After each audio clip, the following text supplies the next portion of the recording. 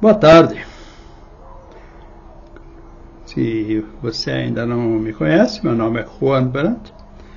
Falo aqui a partir da psicanálise e do que anda em torno dela. Psicologia de modo geral, às vezes eu saio filosofando. Moro em Brasília.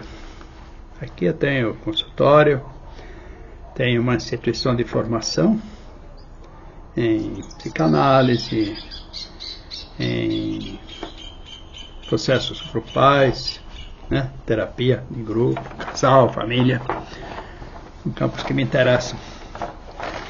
Hoje estou aqui para trazer um tema que tem a ver com o cerne da psicanálise. Eu chamo a ética da psicanálise e a preparação do psicanalista. Isso veio por algumas coisas que a gente vai entrando em contato com o que acontece por aí, nesse espaço em que a psicanálise é praticada. Eu tenho minhas reflexões que eu gostaria de compartilhar. Então, o que eu pensei? Que ao construir a psicanálise, Freud partiu da ideia de que o desejo da pessoa precisa ser reconhecido. Então, isso é uma coisa assim, basilar na psicanálise. Se a pessoa não admite o seu desejo, não tem muito o que fazer. Porém, esse desejo ele se confronta com a consciência moral, que ele depois aprimorou o conceito, foi criar o superego, né? Então, esse conflito entre desejo e a repressão, né, que vem da consciência moral do superego, constituiria o cerne do atendimento. É claro que em cima entra a associação livre, que vocês já devem ter conhecimento, devem ter ouvido falar. A pessoa vai associando livremente, e o psicanalista está ouvindo o desejo e repressão, tem algo a trabalhar com ele no sentido da interpretação e dos insights e da pessoa ir percebendo sua história e o que ela está procurando. Mas Freud também colocou limitações ao tratamento psicanalítico. Na época, no início da obra dele, ele chegou a dizer que se há um insuficiente desenvolvimento ético ou prevalecem traços de uma constituição degenerada, a pessoa não vai obter resultado pela psicanálise. Ele diz que esses traços de caráter levam a uma maior resistência à própria terapia, né, ao próprio tratamento. E isso é direcionado ao psicanalista, que então vai ter que lidar com uma resistência. O que é resistência? Essa é uma oposição. Então, o psicanalista precisa estar preparado para lidar com isso. Bom, tendo esses fatores em mente, o Freud sempre colocou que para lidar com esses conflitos do paciente, o próprio psicanalista precisa ter um conhecimento profundo e também suficiente do seu próprio desejo e dos princípios que norteiam a sua consciência moral. Ou seja, para fazer o tratamento, o psicanalista tem que ter se submetido a um tratamento previamente. Então, nesse texto que eu estou abordando agora, que é bem lá no início, lá 1903, 1904, olha que isso tem 120 anos, o Freud diz: decorre uma importante exigência a ser feita ao médico. O médico, nessa época, ele ainda não usava o termo psicanalista. Diz ele: não apenas ele próprio tem de ser de caráter íntegro. E aí ele continua: quanto à moral, nem é preciso falar. Olha só que coisa forte. Como também deve ter superado em sua própria pessoa a mescla de concupiscência, olha o termo, e puritanismo, com que, lamentavelmente, tantos outros estão habituados a enfrentar os problemas sexuais. Vocês sabem que o Freud tinha essa questão da sexualidade como central no pensamento dele. Eu aqui tenho a minha oposição, porque eu vejo que essa questão sexual vai estar somente nos casos patológicos. Mas, de qualquer maneira, existem problemas que, quando a patologia se manifesta pela sexualidade, que são terríveis e que precisam ser submetidos à psicanálise. A gente sempre lida com isso. Mas também lida com muito paciente que não traz a questão sexual.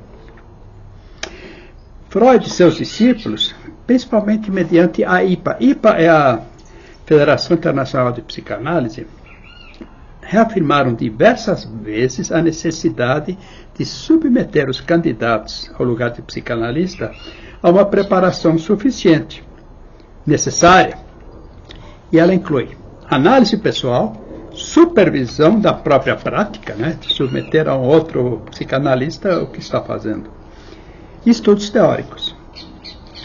Porém, o que eu digo aqui? Lastimavelmente, temos hoje em dia uma multidão, são muitos psicanalistas despreparados. Eles se dizem psicanalistas, mas se são despreparados, então eu já questiono. Eu falo de profissionais cuja preparação foi deficiente.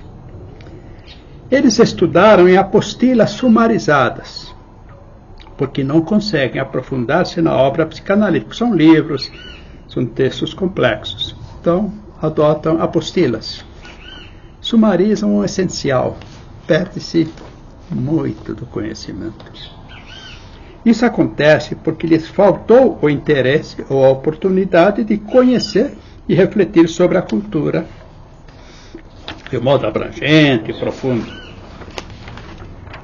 Isso só pode ser alcançado, esse conhecimento, se a pessoa se dedica a filosofar um pouco. Não é só ler filosofia, é filosofar um pouco.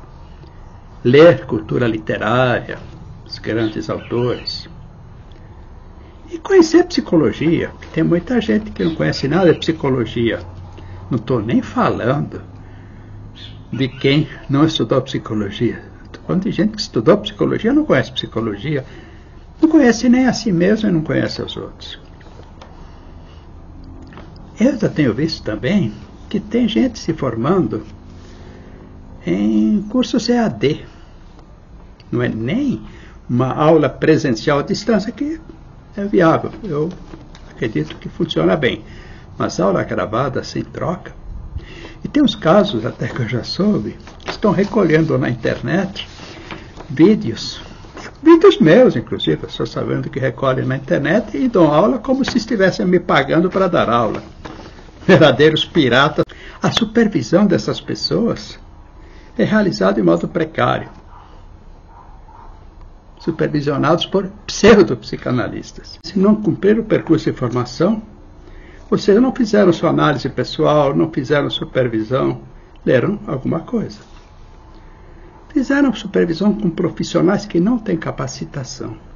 Assumem o lugar de transmissores de um saber que eles não têm condição de alcançar. Vou encerrar aqui com 3 pontos. 1. A análise pessoal que permite tornar-se psicanalista não deve ser de poucas sessões e por pouco tempo. Normalmente são requeridos alguns anos, com 3 ou 2 sessões por semana.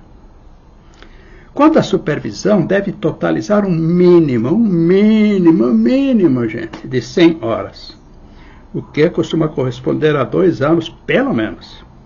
Isto se o candidato atende aos outros requisitos. De ser alguém que filosofa, que lê, que tem cultura. Títulos acadêmicos, gente, especialista, mestre, doutor, não tornam ninguém psicanalista, pois a produção acadêmica não contempla as experiências quanto à qualidade e quantidade que permitem ter os insights necessários e possíveis para conhecer a si mesmo, então estar capacitado a conhecer o outro. A academia propõe ênfase no pensamento, justo, a academia é isso. Mas a formação psicanalítica propõe ênfase no conhecimento por meio das sensações que a pessoa possa ter, dos sentimentos, das analogias, inspiração, empatia, dentro de um quadro em que ocorre transferência e contra-transferência. São conceitos da psicanálise.